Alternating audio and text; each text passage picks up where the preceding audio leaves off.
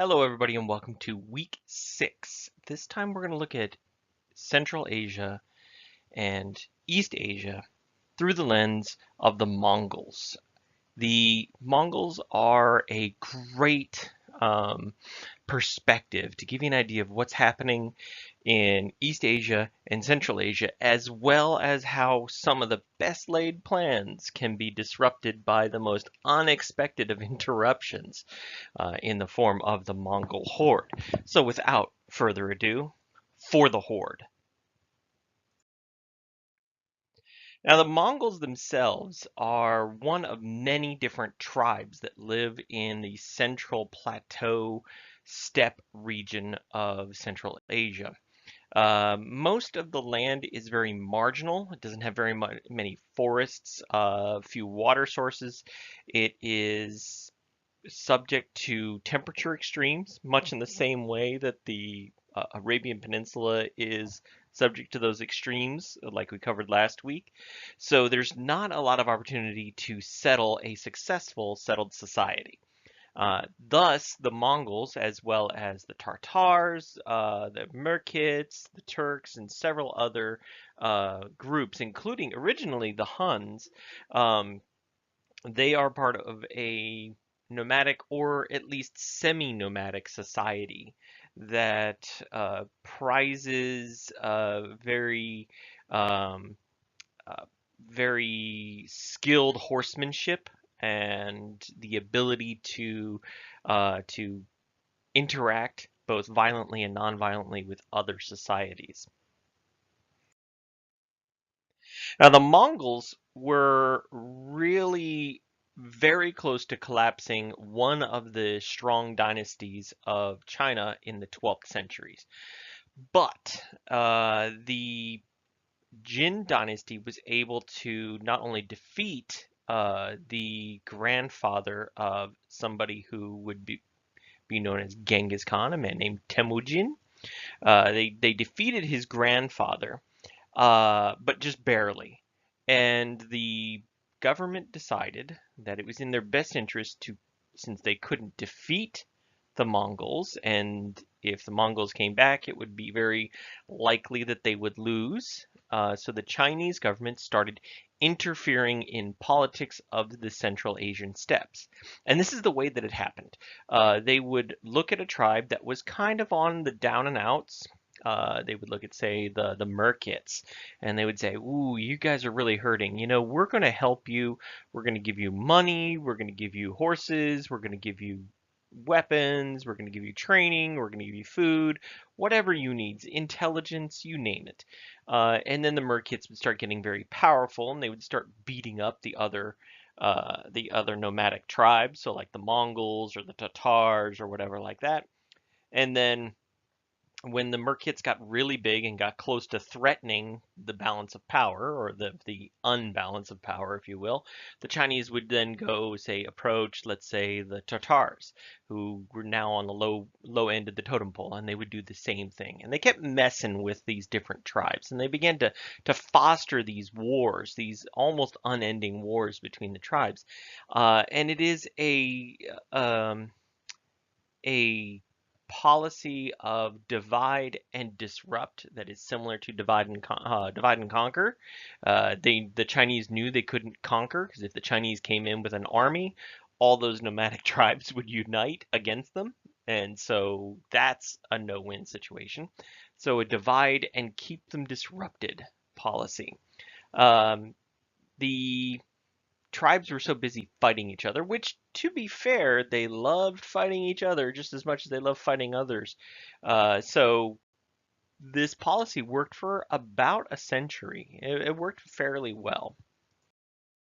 Into this mix, we have a young man, a little boy, whose father was betrayed by a rival tribe and was poisoned. It was um, this breach of nomadic etiquette that, you know, if you find yourself at an oases are, or places of water, are essentially neutral ground in Mongol or nomadic Central Asian societies. They're kind of, no fighting near the water because we don't want to spoil the water. But he was betrayed and killed, and this leads to a series of unfortunate events for Temujin.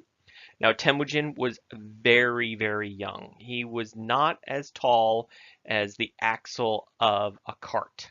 So he's maybe 2.5 feet tall, 3 feet tall, maybe. And because of that, he was spared. The rest of his family was put to the sword and killed. So he, his mother, and his younger brother are cast out of their tribal support network. They're no longer the important family. They go from riches to rags. And during that time, he lives as an outcast, and his mother uh, schools him on the real politics. I mean, how to cultivate allies, how to make bargains, how to deal with people who are powerful when you are not.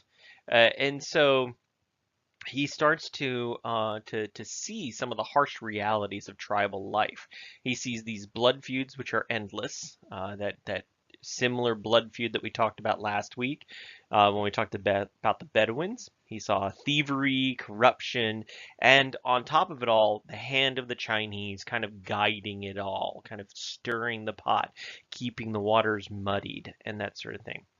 Well, he eventually he was taken as a slave as a young child. He eventually escapes because there was a man who was very sympathetic to his plight and knew that the boy was going to be killed when he reached a certain height. He would have been about 9 when he would have been executed rather. And so the man helps him escape, and then the boy falls in with another tribe who adopts him. And luckily, the person who adopts him is the head of this small clan.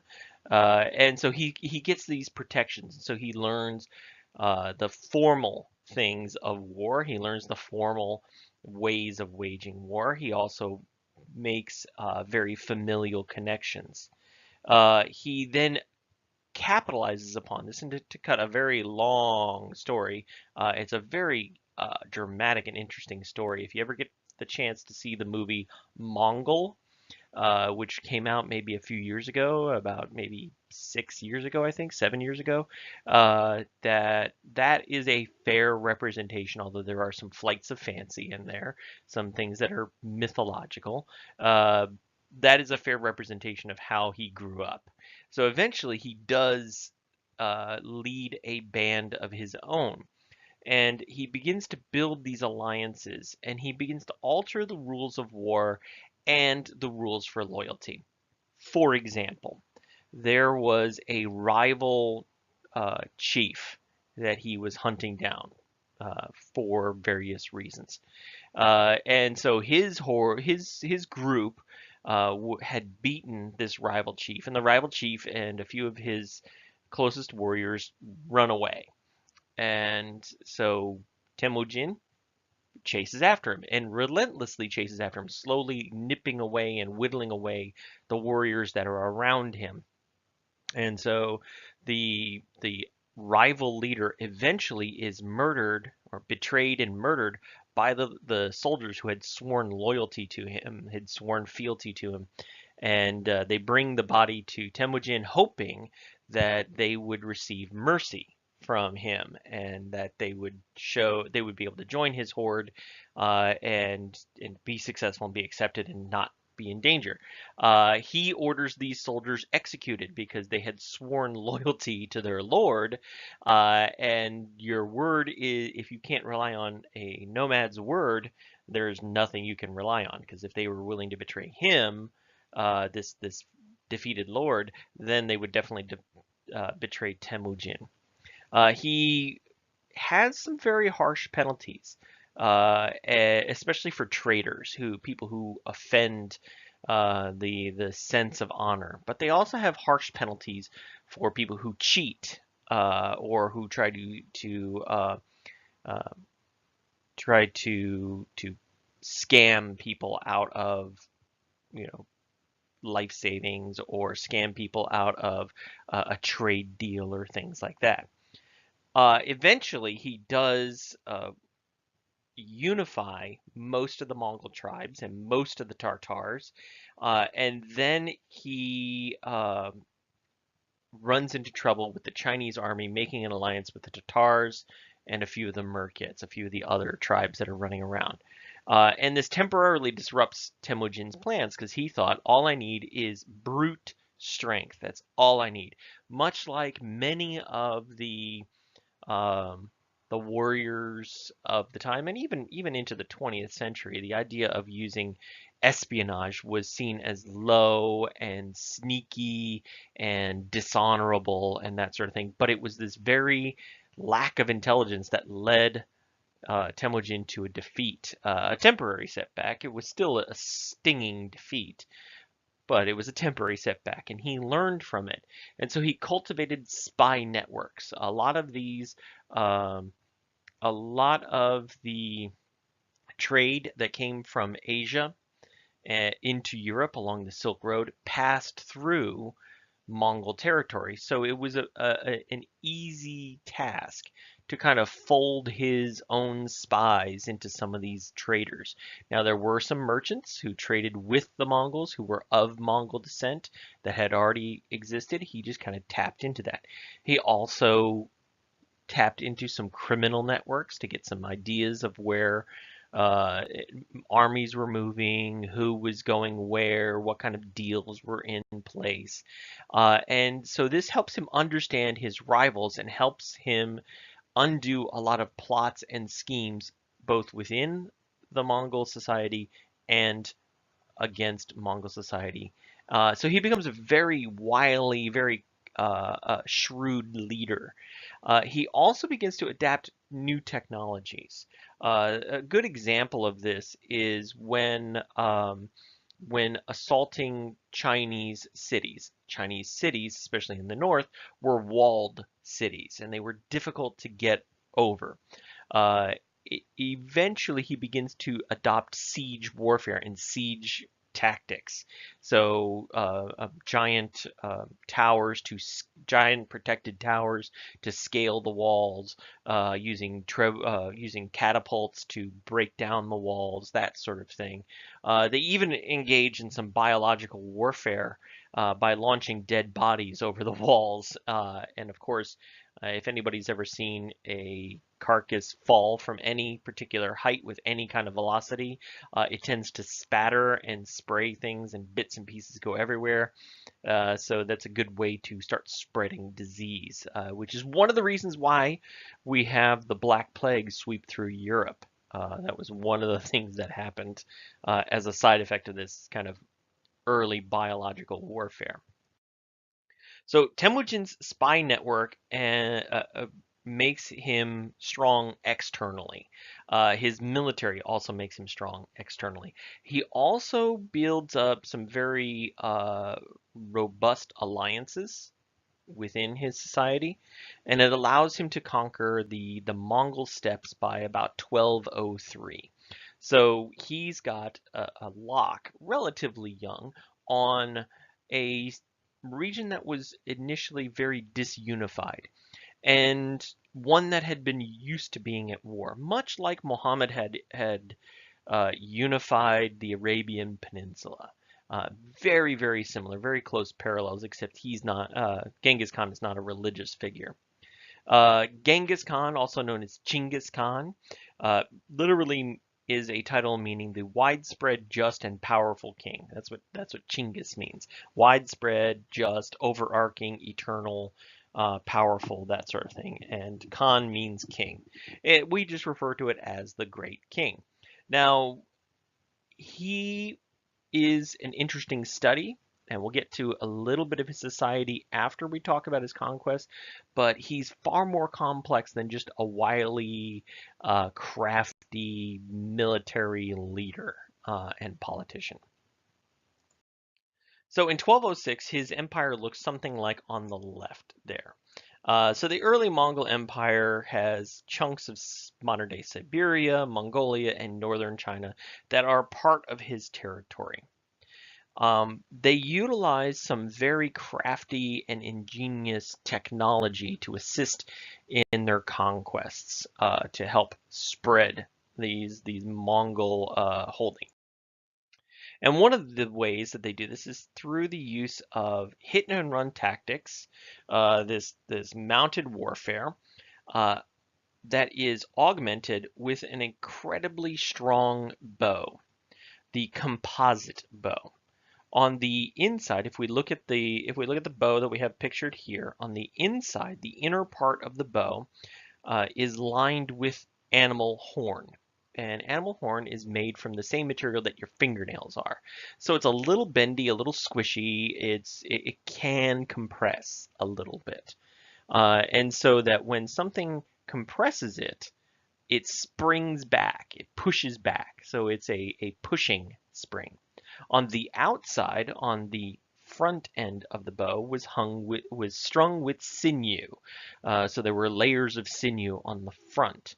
All of this is laminated onto a very thin wood, sometimes bamboo core. So you've got a little bit of wood, you have horn on the inside, and you have sinew on the outside. And sinew is like a rubber band. And so when you stretch it, it'll stretch, but when you let go, it's going to snap back. So you've got two springs. You've got a pushy spring and a pulley spring, right? And this helps the arrows launch way, way further than most bows of that size in that era. To give you an idea, the bow's effective range was somewhere between 250 to about 500 meters. To give you an idea, that's 1,500 feet. That is 5 football fields long. Well, longer than 5 football fields. It's actually closer to 1,600 feet. So this is on par with modern rifles. So they're able to shoot fairly far. Now, are they going to shoot with great accuracy at that distance? No, not really. That's part of the mechanics is that, there's varying winds, varying conditions that will affect the bow's accuracy. However, launching a bunch of arrows from 5 football fields away and then suddenly sweeping out of the way so that your enemy can't answer your archers is a very effective and disconcerting tactic because the opposing army keeps losing enemies, but your army is relatively intact. And so this leads to demoralization on the enemy side. And as I mentioned before, they adopted siege warfare and they applied biological warfare, throwing diseased and dead bodies over the walls. One of the methods that the Mongols really kind of perfected was this psychological warfare. Often, what would happen is cities would defy the Mongols. They wouldn't surrender to the Mongols. So the Mongols would kill every man, woman, child, dog, cat, cow, sheep, chicken, you name it, that was in the city. Absolutely everything. In fact, during the Mongol conquests, we can tell now that the net carbon dioxide in the atmosphere went down by about 500 million. Can't remember the exact. It's parts per million, 500 parts per million, something like that, 500,000 parts per million, or I can't remember the exact number. But we're able to tell because we take core samples of the ice core and also tree rings. We can tell that they had around the world, trees had a really great time during the Mongol conquest because there were a lot less people. There were a lot less people breathing, and so there was a lot more oxygen in the atmosphere. So the Mongols, especially Genghis Khan, were really open to a lot of philosophies. They had been exposed to a bunch of different religious theories and religious beliefs, Buddhism, for example, but also Taoism, Confucianism, Christianity, Islam, and even Judaism. Yes, there were Jewish Mongols. I swear to God, this is a thing. Okay, so we have a bunch of these competing ideologies, at least these competing messages of how to find salvation. The Mongols didn't particularly care. They didn't become, say, dyed-in-the-wool Buddhists and became intolerant. In fact, they tolerated all philosophies and all religions because they didn't know whether one god or another god was the more powerful. So they wanted to make sure that they didn't anger any of these gods. And so they allowed all religions to practice freely and to convert freely. And there was um, an edict forbidding any kind of religious strife within Mongol society. So it's actually pretty amazing that they were so bloodthirsty and yet so willing to accept the idea of Jesus Christ or of Islam without any kind of fight, without any kind of combat in between them. And as I mentioned before about the psychological warfare, sometimes they would attack those cities and they would take the heads of those people in those cities and they would go to the next city and they would say, they would send in, say, priests or monks or somebody like that to negotiate, say, hey, uh, surrender or this will happen to you. And of course, the monks are escorting like piles of skulls. Or if the city wouldn't let the emissary in, the Mongols would launch the skulls over the walls so that people would be peppered with raining heads. So very easily you get the message very quickly that there was a bigger city upstream or maybe in the next county that was completely wiped out. What the hell are we defying these guys for? And if you didn't defy them, if you surrendered to them, you were fine. You just had to pay a little bit of a tax and you were left alone. That was it. So, yeah, if you're going to be conquering the world, why not? So, another interesting aspect of Genghis Khan's society that I think speaks to uh, a lot of the questions we've been wrestling with is the sense of injustice, the sense of what is the purpose of a society? Are we here to serve the gods? Are we here to serve rich people? Are we here to be stuck, mired in misery? Well, Genghis Khan's childhood was marked by poverty, slavery, and violence.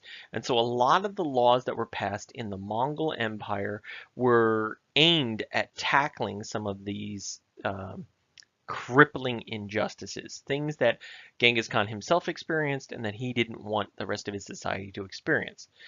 For example, he broke a tradition wherein when a Mongol chieftain sends his warriors out to raid, say, a Chinese settlement or an Indian settlement or a Siberian settlement, that they would rape, pillage, plunder. All the plunder would come back. It would be given to the chief, who may or may not have participated in the raid, and then the chief would piecemeal out these different trinkets and these different prizes so that you would have the most favored warriors, even if they didn't do the most work, would get the most treasure. And, so then it left a lot of people on the fringes who were not taken care of. You have beggars, you have the crippled, you have the old, you have the people who are despised, who are outcast, like Temujin himself. He was despised and outcast because his father had died. So he changed that to a kind of welfare where if there was any money taken, whether through taxes, through trade, or through conquest, it was distributed evenly amongst all families, not just the lords. So that if you raided a city and got, let's pick a number, 100,000 uh, gold pieces, and instead of it going to the lords and the lords deciding how this would be doled out, it was doled out evenly. He also took pains to hire scribes, particularly Confucian scholars, to keep track of all the food that was available within his society. So all grains, all vegetables, all meats, milks, whatever, as well as to keep track and kind of institute a census, a very Chinese kind of census, as to the level standard of living that each of his followers had, each of his people had. And so he would match the need for shelter, the need for food with the means that the person had. So if, for instance, they were a tradesman, they probably wouldn't get very much in the way of assistance for food or assistance for shelter. Because if they're a blacksmith or they're a saddle maker or whatever, they're probably doing fairly well. Maybe they're not, maybe they are. But if they're a beggar, or if they're blind, or if they're old, or if they've been maimed or crippled in a war, then of course their need is higher and their ability to provide for themselves is much lower. He also made the poor exempt from taxes. So there was a minimum threshold to have a standard of living before you started paying taxes. He also, as I mentioned before, he had freedom of religion, and he promoted a meritocracy so that if somebody was a very good warrior, if somebody worked really hard, they could rise up the ranks, not just in the army or the military, but also within his government or within his society. He also promoted trade. He believed that trade was important. In fact, not just important, it was vital to the prolonged success of his people. So as much as his armies went out and fought and conquered, his merchants went out and traded in spices and silks, luxury items, ivory, gems, gold, you name it. They traded in everything. Now, of course, the Mongols have a very bloodthirsty reputation, and perhaps that information that I imparted to you is a little bit of a surprise, this idea of this compassion. But Mongols have a very pragmatic approach to life and death. They know life is brutal. They also know war is brutal. They just accept it. Now, does that mean there are people who suffer from PTSD? Absolutely, there are.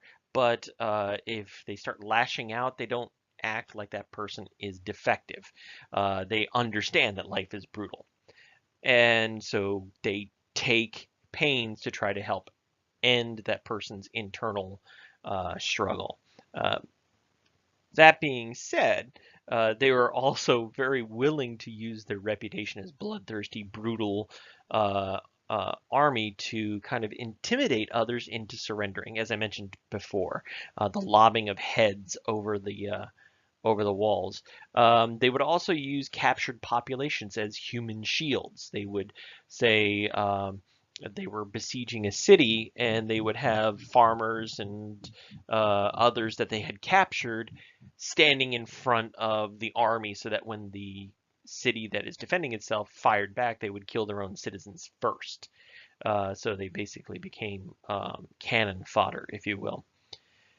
They would also give ultimatums. They would send messengers ahead of their conquest, say, "Hey, surrender or bad things will happen to you." And this is a there's a story when we get to the Middle East of this happening, and you can see both sides. On the one hand, you can see why people would want to resist the Mongols and think, well, hey, we can beat the Mongols, and you can also see why they should surrender to the Mongols at the same time. So by the time that uh, Chinggis Khan is in his 50s, he's got 100,000 strong army, which is huge. Part of it is actual Mongols, loyalists, who are the core of his army, but he also hires mercenaries. They are very quick to hire mercenaries because, again, it's cheaper than having to raise your own warriors. And if people are willing to fight for gold, as long as you're paying them, hey, that's great. They'll stay loyal. Now, the Chinese, of course, were the first victims of the Mongol expansion. The Genghis Khan saw this as revenge for all the interference that eventually led to his father's death and inflicted a bunch of misery on himself personally.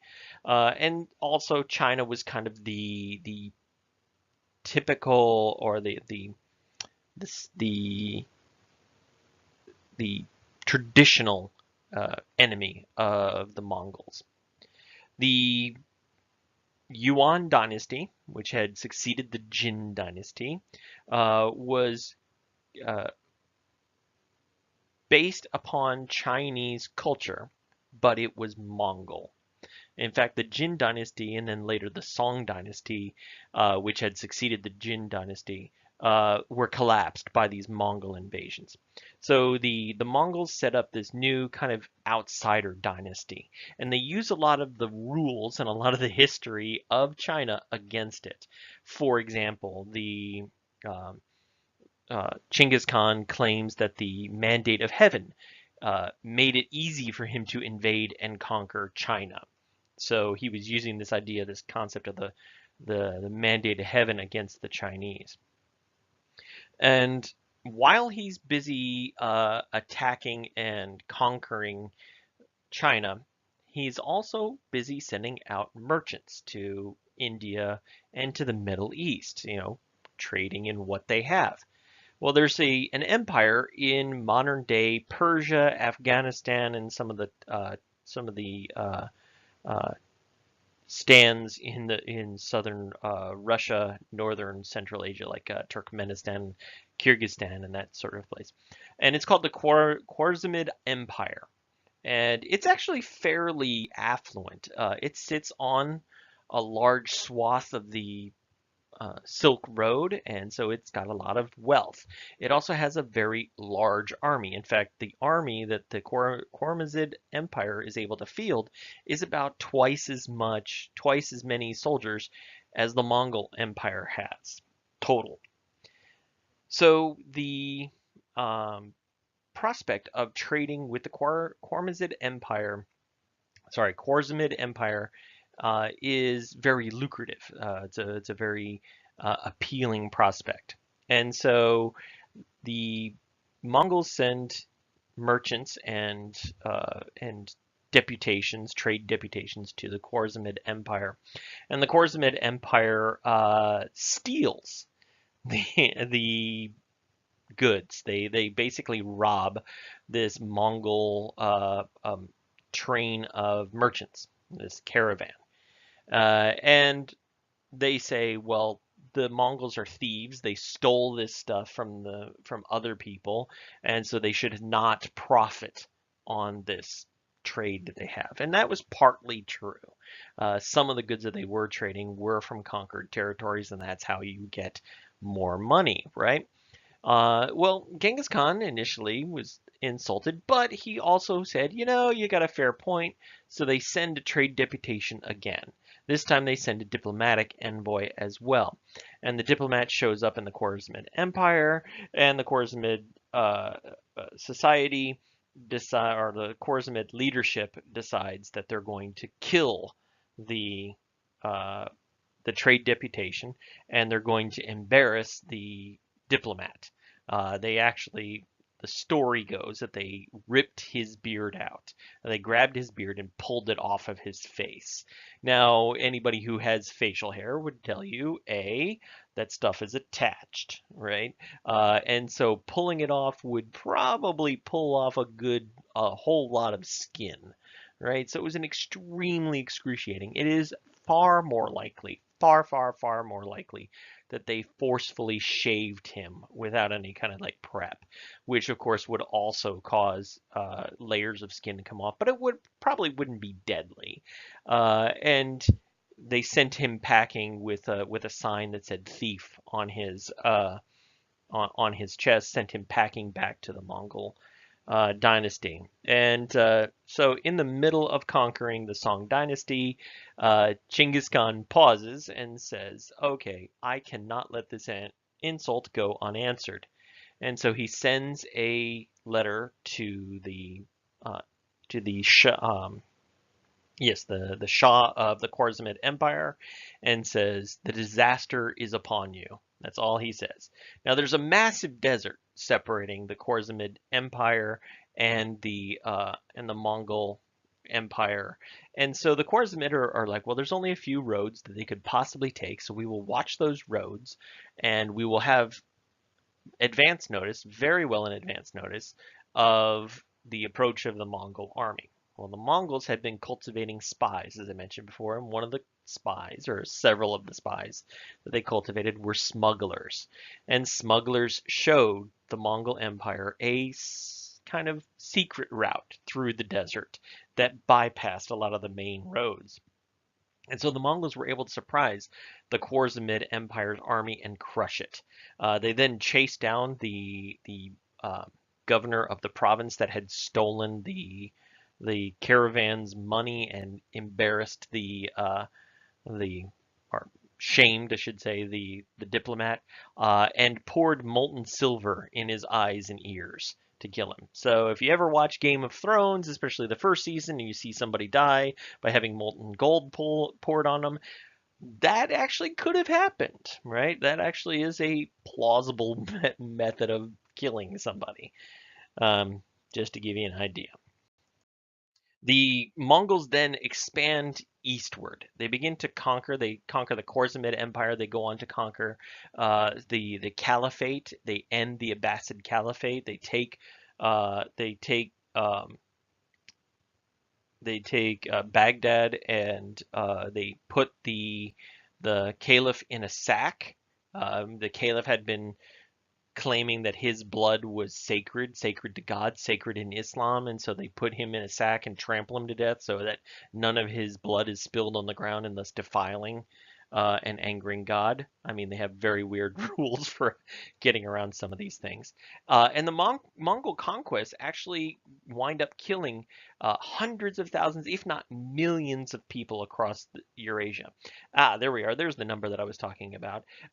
So he may be the first green conqueror. I mean, if we're being a little a little facetious here, his conquests drop the CO2 levels by 700 million tons of CO2. So that's how few people survive the Mongol conquest after he starts heading eastward. New territories bring new nationalities. These new nationalities bring even deeper, even deeper cultural mixing, but they also present their own uh, troubles. Before his death, Genghis Khan presides over one of the largest land empires ever known, period. And so there's um, the question of communication. How do you keep faraway provinces from rising up and throwing off Mongol rule once the Mongols themselves have moved on to other territories or had to put something down, put a rebellion down somewhere else? Well, the answer is an early Pony Express. There were regularly stationed horse posts where a messenger who had a golden seal, it was literally solid gold. It weighed about 5 pounds. You wore it on the outside of your belt. The reason why you wore gold is first off, it was to display the wealth, but also because it shines in the sunlight. So anybody seen riding across the Mongol steppes with something glimmering on their belt, you leave them the hell alone. And this protection, this Mongol protection, extended to merchant bands as well, and traders and explorers. People like Marco Polo were afforded the golden seal that allowed him free passage throughout the Mongol Empire. And this became known as Pax Mongolica, a Mongol peace. And if you violated, or if you were found to violate the sanctity of having one of those passes, let's say you interfered with a pony rider who was bringing a message from one of the far-flung provinces, uh, they would eventually find out who you were. And when they found out who you were, they would not only kill you, they would kill your family, they would kill everybody who knew your family. They would literally wipe you and maybe even the city or town that you were hiding in off the map. In fact, a lot of the cities that were destroyed during the Mongol invasions in the early 13th century are still not populated today. Their destruction was that thorough. Eventually, however, Genghis Khan does die, but his descendants go on to continue to expand his empire. And this is the apex of the Mongol Empire at the end of the 13th century.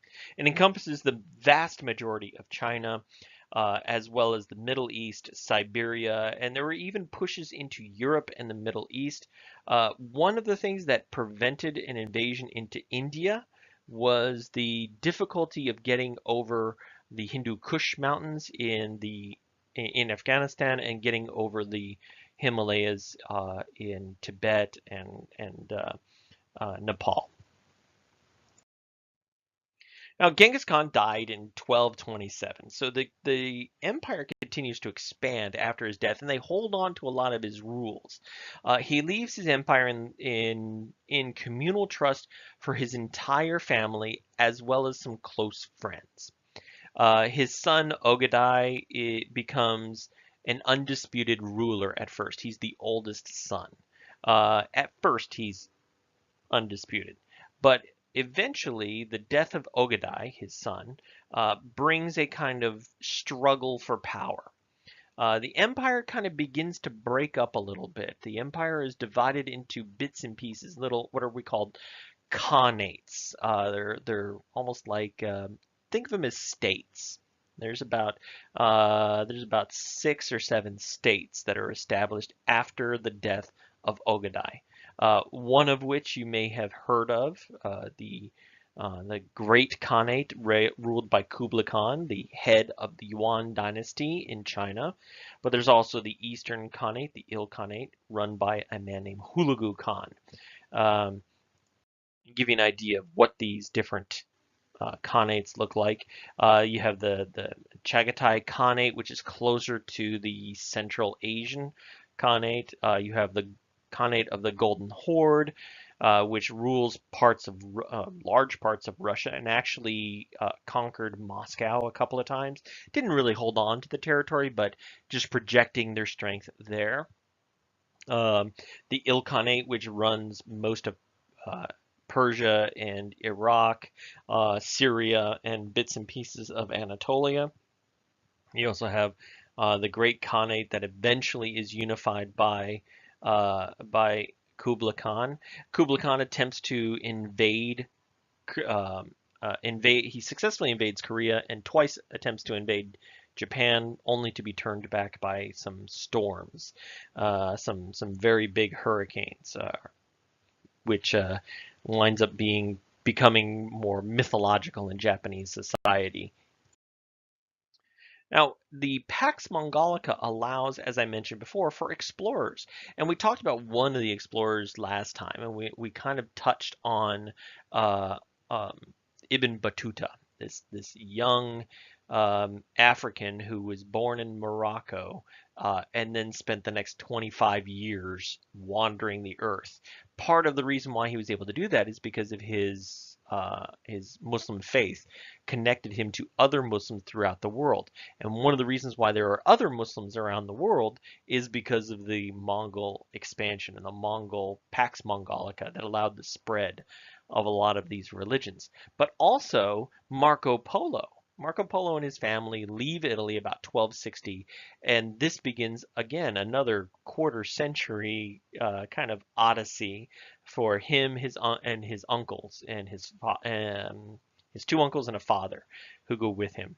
And uh, Marco Polo meets eventually Kublai Khan, the emperor of China, who then kind of gives him an invitation he can't refuse. So the Polo family wind up spending a good long time in China as semi-official functionaries.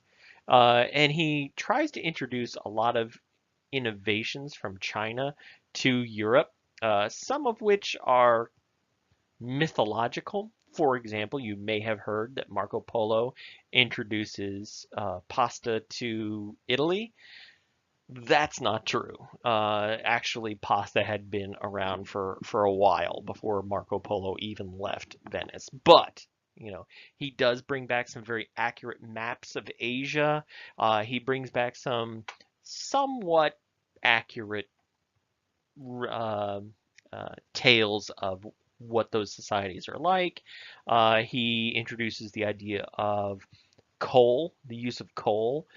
Most Europeans, when they whether they're forging iron or smelting something, they used charcoal, which is essentially wood that has had a lot of the moisture heated out of it, and it's mostly carbon. Well, coal is even more efficient than charcoal is. They are two separate things. And also herbology, the idea of using these different herbs to cure illnesses, acupuncture, and even the at the time, and even for a while after, the ridiculous concept of paper money rather than carrying around coins, which tend to be heavy and can be adulterated and that sort of thing, that you have a central bank that issues these notes, these paper notes that are worth money. It is a medium of exchange. That, of course, doesn't catch on in Europe, nor does acupuncture. The Mongol conquest essentially crushed everybody who opposed them, whether it's the Khwarezmid Empire, the Seljuk Turks, the Russians, the Chinese, and they were only stopped in two instances, and mostly due to circumstances.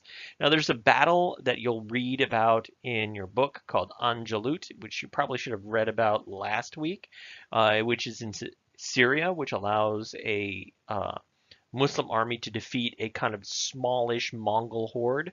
It was really kind of a rump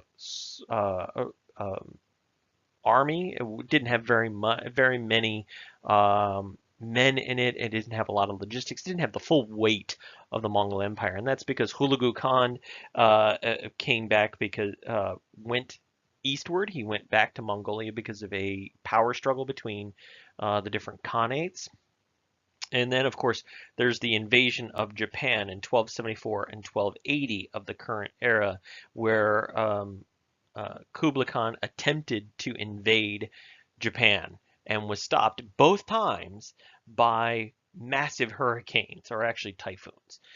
Typhoons that sunk his fleets and killed a bunch of his men. And if you've been paying attention to the hurricane that just hit Puerto Rico, you can understand just how destructive hurricanes really are. There's always some knucklehead on TV who says, I'm going to ride out the storm and, whatever, I'll be fine. I've lived through it. It's not the wind and the rain. It's the stuff that gets thrown by the wind and the rain. It's the surging tide. It's the trees that get broken, the bits and pieces of your house that get ripped off, or your house that gets collapsed completely. That'll kill you. So both times, the invasion was turned back with the luck of the gods. It becomes a kind of symbol for the Japanese people, these holy winds, these divine winds that were brought up by the gods, these typhoons. They were named kamikaze, and kamikaze becomes kind of a touchstone, a cultural touchstone for the Japanese for the next 600, 700 years, for about the next 700 years.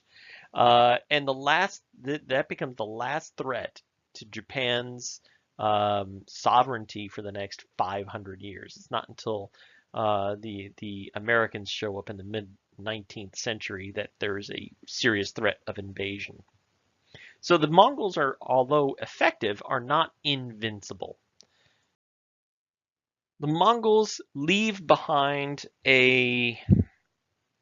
um, a new world, for lack of a better term, a new way of looking at things.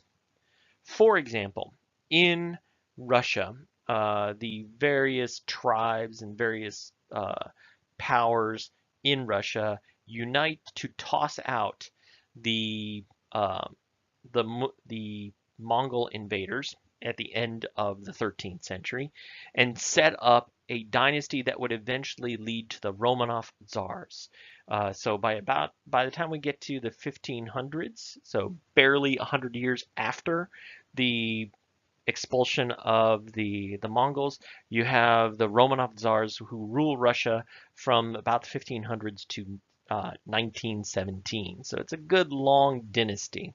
You also get Europeans who are more aware of Asia like never before. And if it weren't for the maps and the lucrative trade that Marco Polo directly brings back to Europe, I would argue that Christopher Columbus would have never entertained the possibility of sailing westward to get to China. In fact, it was Marco Polo's maps that informed Christopher Columbus's calculations.